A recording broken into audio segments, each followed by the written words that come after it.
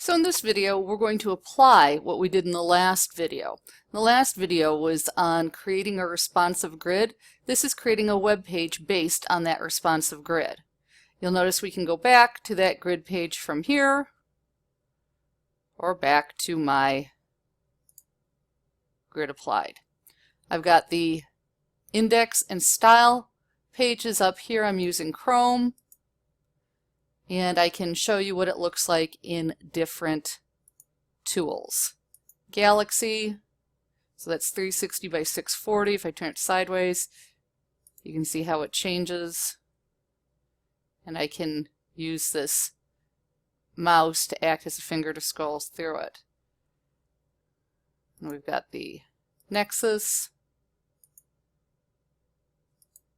Nexus 6P, iPhone 5, iPhone 6, iPhone 6 Plus,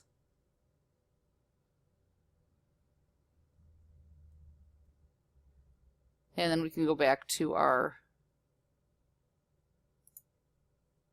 website view. So you can see the site is fully responsive. Let's take a look at the grid. This is pretty much similar.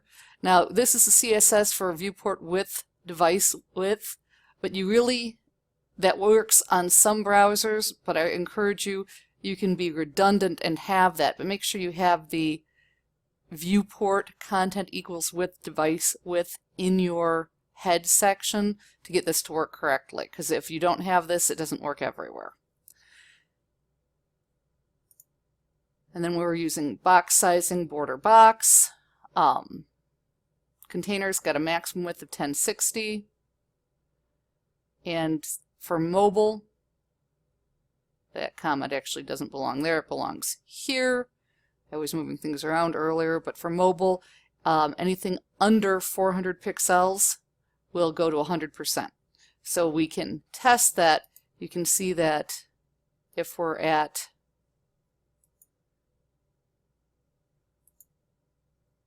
less than 400, all of my images, and that's the only place you're really going to see it is in the images down here, go to taking up 100%. But if we go to over 400, the images shrink because they're responsive. And that's the cutoff point. If we go to the iPad, you'll see what it looks like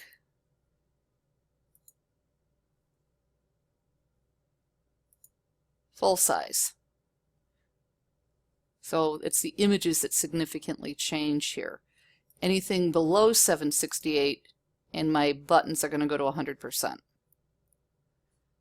So I've got my minimum width for tablets and large phones set to 400 pixels. Anything else is phone only with 100%. Then I've got large tablets and your desktop. And as in the last example, or after both, to clear and reset everything. The only other interesting thing here is if I change my, that should have changed my background to light blue. Let's change that to a tablet. I may have got that in the wrong spot for that to be activated. Either that or it's just not overriding my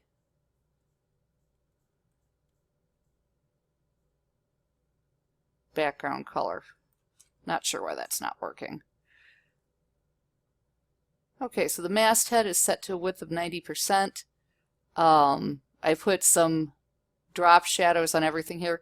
Not a huge fan of the drop shadow. I'm trying to show you guys a bunch of different styles and things that you can do. There are places where it works and places where it doesn't. So you'll notice my button here doesn't have a drop shadow because I want it to look like it's part of this background, but everything else sort of looks like it's floating above the background. That's pretty much all the interesting stuff, other than you'll notice that I've got button also has a drop shadow, and where I apply the button in the HTML gets sort of interesting. So now let's look at how we're applying things. I'm going to take this back to the desktop site. Let's look at the index.html. So I've starting with the container, I'm setting the maximum width because on large screens I don't want it to expand to take the whole thing. So I typically will put a container to constrain the largest size. That's a personal choice. Other people may or may not do that. I've got a row. I've got a class column 12 in there. I've got an ID of masthead. I had to pull this into a separate div instead of just adding the ID here so that I could center the masthead in that 12 column class. Otherwise, if I added the ID on here, I couldn't center it. That's why it's separate. So this div is centered inside of this one. And then I've got a couple of breaks here because I just wanted it to slide down the screen a bit.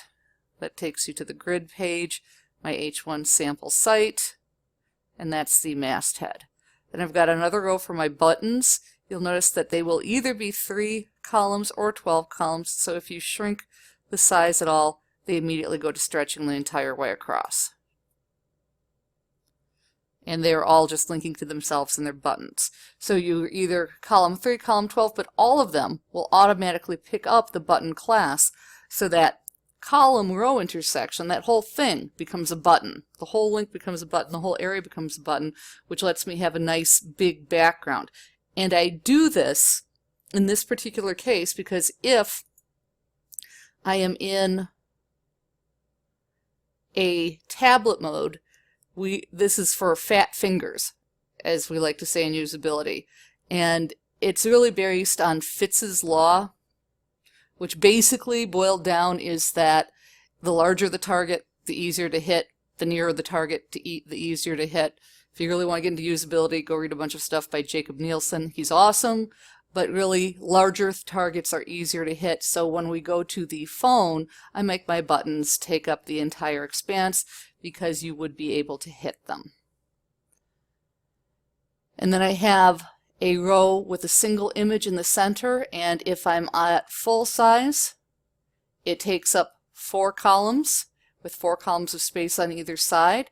If I'm less than full size, it takes up 1 column and then 10 columns and then 1 column. So a column of space, 10 columns. That's not working out exactly the way I wanted it to.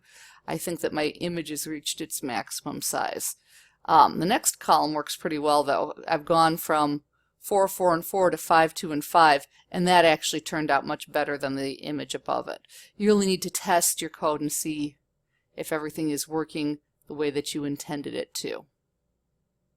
So that's an example of how to test and implement a responsive page based on the responsive grid that we created in the responsive grid assignment.